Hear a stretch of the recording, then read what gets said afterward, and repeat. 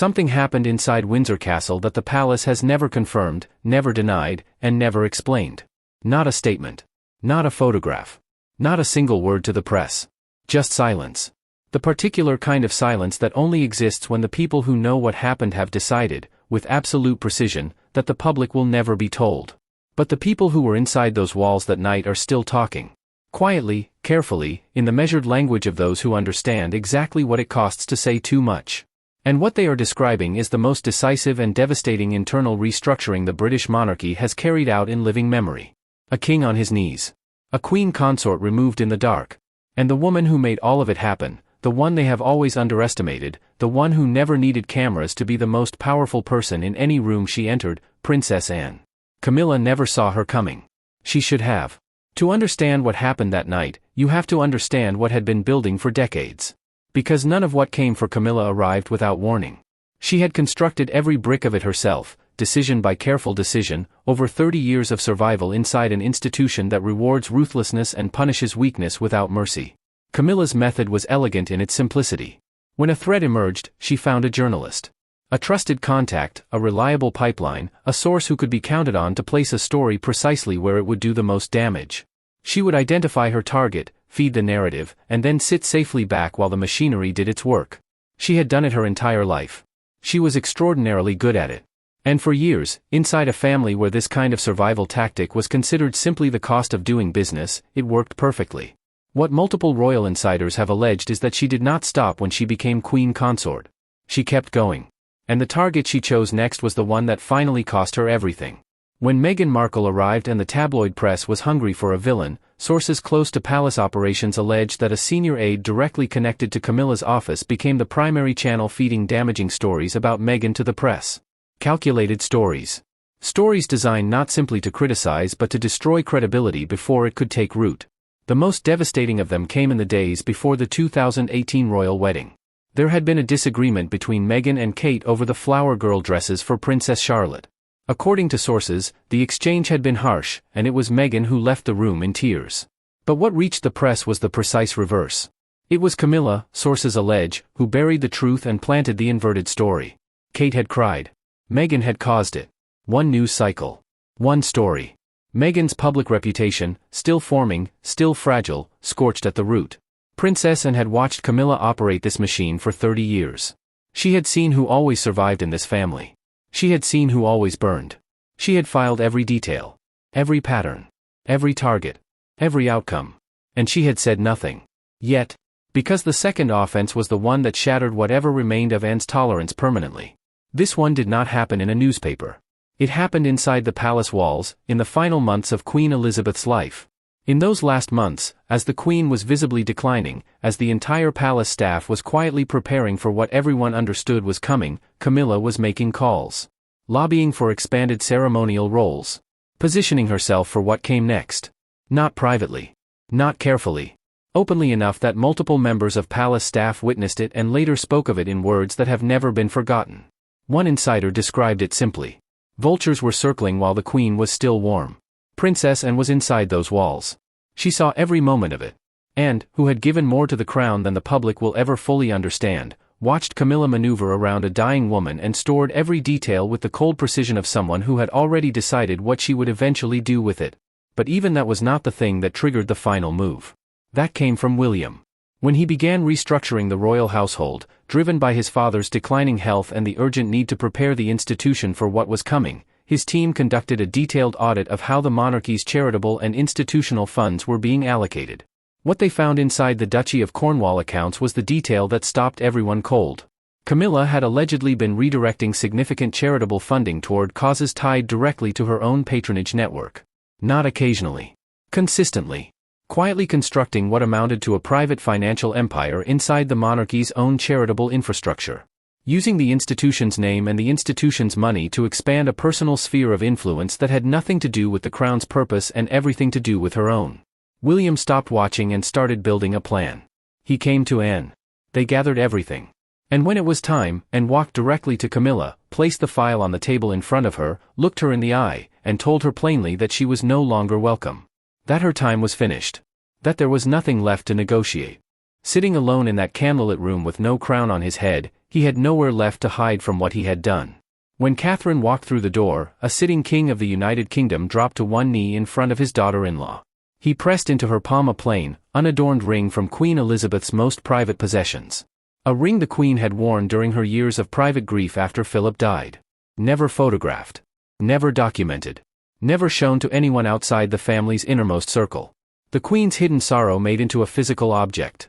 Camilla, the woman who had clawed her way from mistress to queen consort through sheer relentless endurance, who had survived decades of public hatred and press campaigns and royal resistance through nothing but iron will and tactical precision, had nothing to say.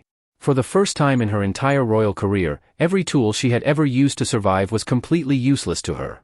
And had not come to warn her. She had come to finish something. But to understand the full weight of what and was carrying into that room, you need to understand something that has never been made public.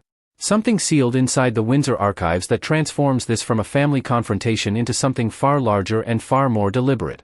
Queen Elizabeth, in the final years of her reign, wrote a letter. She sealed it herself, hid it deep inside the Windsor archives, and trusted that the right people would find it at the right moment. It was only when William's team began working through decades of archived documents that the sealed letter was discovered. When they broke that seal and read what was inside, everything that had already been set in motion suddenly made complete and terrifying sense. In that letter, Elizabeth named Catherine as the monarchy's final safeguard. Not Charles, who wore the crown. Not William, who would one day wear it after him. Not even Anne, her most fiercely trusted daughter. Catherine. A woman without a drop of royal blood. A woman who had married into the institution as a girl from an ordinary family and had paid for that choice in ways the public only partially witnessed. Elizabeth had written that Catherine was the only person in the entire family who truly understood that the monarchy's survival in the modern world depends entirely on public trust.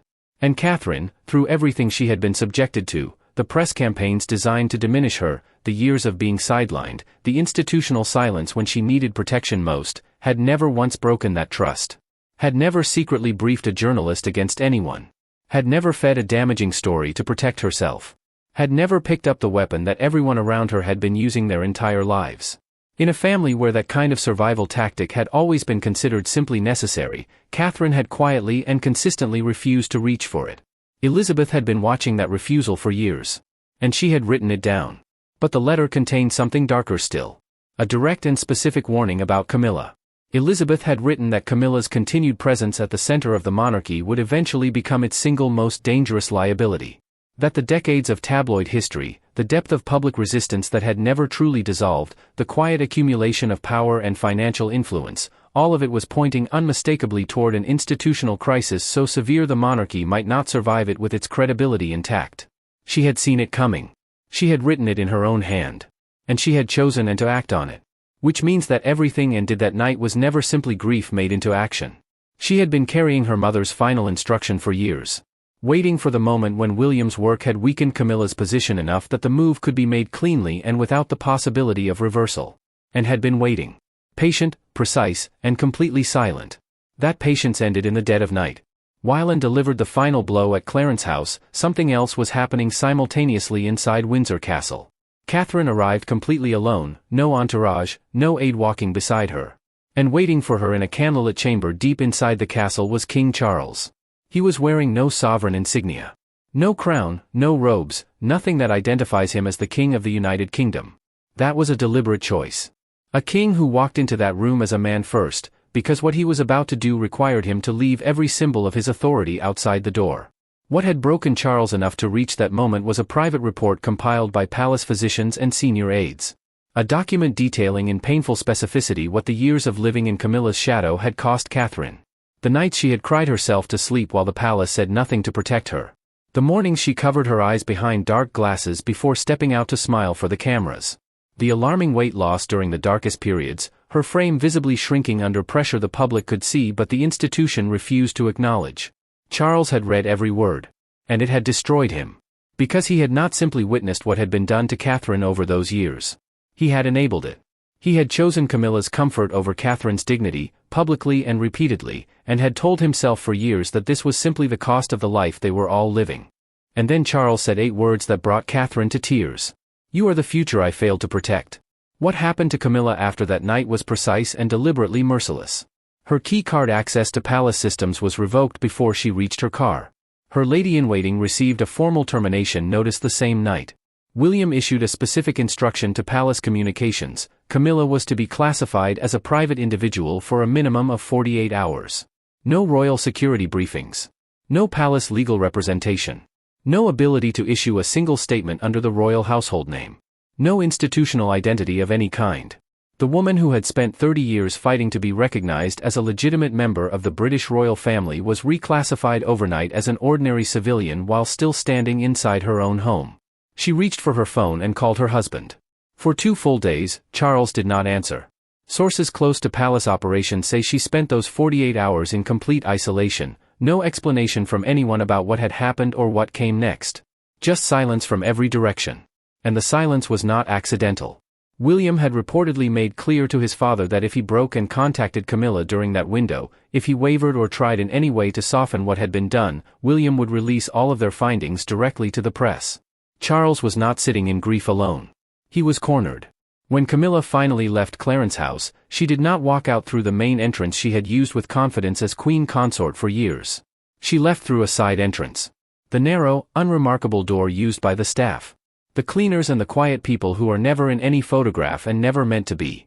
If you understand even the basics of how the British monarchy communicates power, you understand that was not a logistical decision. That was a message, delivered in the most precise and humiliating language the institution had available.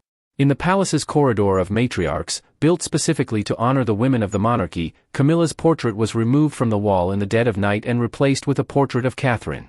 No explanation offered to anyone inside or outside the palace. Here is what must be understood clearly. This was not a permanent legal removal. Camilla still holds the title of queen consort on paper. She will still appear at public events. No law was changed that night. No official announcement was ever made. Which was precisely the point. What was taken from her was everything that makes a title mean anything at all. Access. Institutional support. A husband who answers the phone. A face on the wall built to honor her. A title without power inside the British monarchy is not a position. It is a cage. Catherine's office is now receiving the royal patronages. Correspondence to the king is filtered through her team. Senior aides across the palace are reporting to Catherine directly. And Princess Anne has not left her side in weeks, standing over every major decision with the same cold precision she carried into that room at Clarence House. William runs the architecture of this new order from behind the scenes. Deliberately invisible. Deliberately untouchable. Placing his wife at the visible center of the monarchy's moral authority while he holds every operational string from the shadows. The monarchy has chosen its future. It chose it in the dark. In silence. Without telling the British public a single word. And somewhere inside Windsor Castle, in a corridor that now bears Catherine's face where another woman's once hung, the weight of a dead queen's final instruction has finally, after years of patient waiting, been carried out exactly as she intended.